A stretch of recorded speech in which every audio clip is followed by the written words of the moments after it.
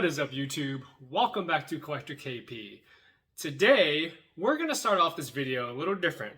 I want you guys just to close your eyes.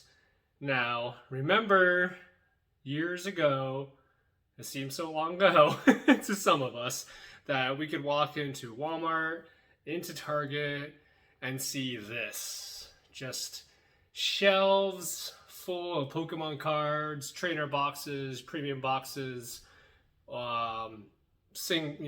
single booster packs, and then we walk over here and we see even more glorious shelves full of Pokemon cards and boxes and everything that you could possibly imagine. And you could fast forward to a couple months ago. Now you could walk through Target, Walmart, you would see some stock, but you would have this. Signs that say you're now limited to 3 items per person. Or you come into this a month ago, where you go into Target and by some miracle they had a restock, but you can only buy 1 item. So, still okay. You know, we still get our fix for Pokemon cards, still get our fix for Yu-Gi-Oh cards. Magic, you can buy whatever you want of that. And then, lo and behold, as we all saw coming, now we see this. No more Pokemon cards will be sold at this location.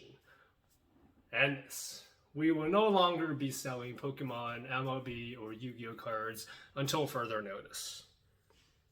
Sad, sad day. For a game created for children, but those of us adults that love to collect, shiny pieces of cardboard, it's such a, not going to say innocent hobby, because it is, there are very large amounts of money that people have invested into this hobby.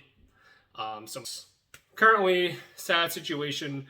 A lot of Walmarts, a lot of Targets across the nation no longer have Pokemon, Yu-Gi-Oh, or MLB cards on stock until further notice. And it really just disappoints me with how people are acting over such nonsense stuff. I mean, why can't we just be grown-ups? Just take a hobby and just enjoy. If you want to scalp products, then do so reasonably. Don't take all the tins off the shelf. Don't take all the trainer boxes off the shelf and then turn around and sell them for twice as much as you just bought them for. I get that in this day and age, people with COVID have been finding it hard to find jobs, maintain jobs, this and that, or people just want the extra buck because who doesn't want extra money? I get it. But why can't we just sell the stuff at a reasonable price? Why do we have to? And not even just that, but I mean, when you see articles, when you see news reports on TV about how people were assaulted at Targets, there was an incident that I saw. Someone bought Pokemon stuff, and then these other people came up to them, and in self-defense, they pulled a gun on them. Obviously, no one was hurt. Police were involved, and, rightfully so, Target looks at that and it says, you know what? We don't want anything to do with that. I mean, I can't blame these retailers. They make enough money through other stuff that they do not have to worry about Pokemon, Yu-Gi-Oh players, not even Pokemon Yu-Gi-Oh players, but these scalpers coming in, taking all the products off their shelf, and then selling them for more than they're selling them themselves. I mean, for instance, Walgreens, CVS have been selling those smaller pack tins. I think Walgreens now has a blister booster pack with Roaring Skies, XY Evolutions, and I think Fates Collide or Steam Siege, one of those sets, for I think it was $14.99, $12.99, one of those. I've seen them sold for $40, $60 for a $12 pack of cards that they bought. They're trying to just price gouge these things for $60. And unfortunately, people just want to have Pokemon cards. They want to open up booster packs. They want, to get that fix. They love the hobby just as much as I do. I'm not saying that I've given up on Pokemon, but I personally am not going to support scalpers. I will pay retail price for anything that I find.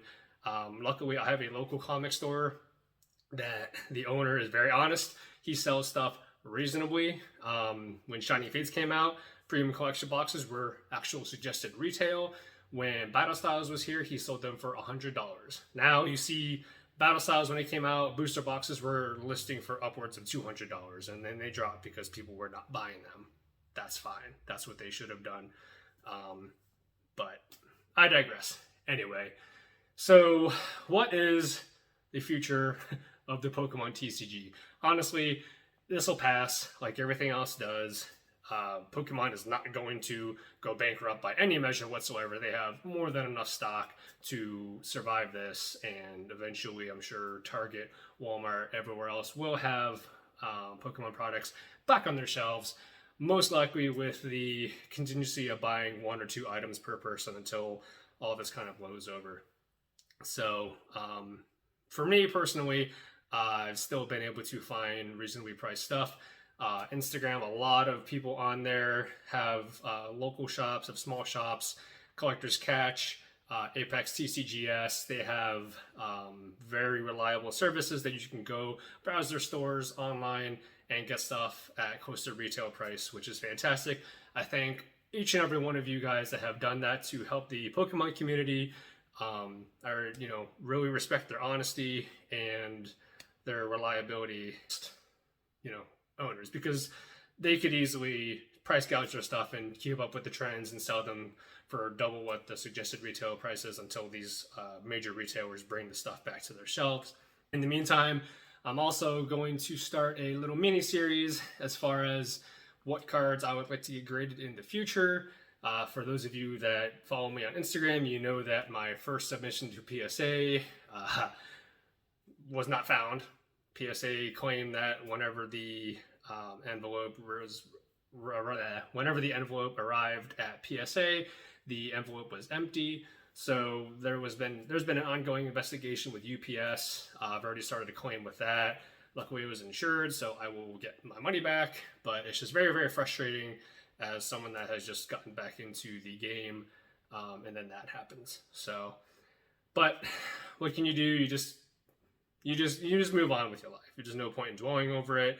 Life goes on. Sometimes bad things happen. You can't let that get you down. So, and I haven't.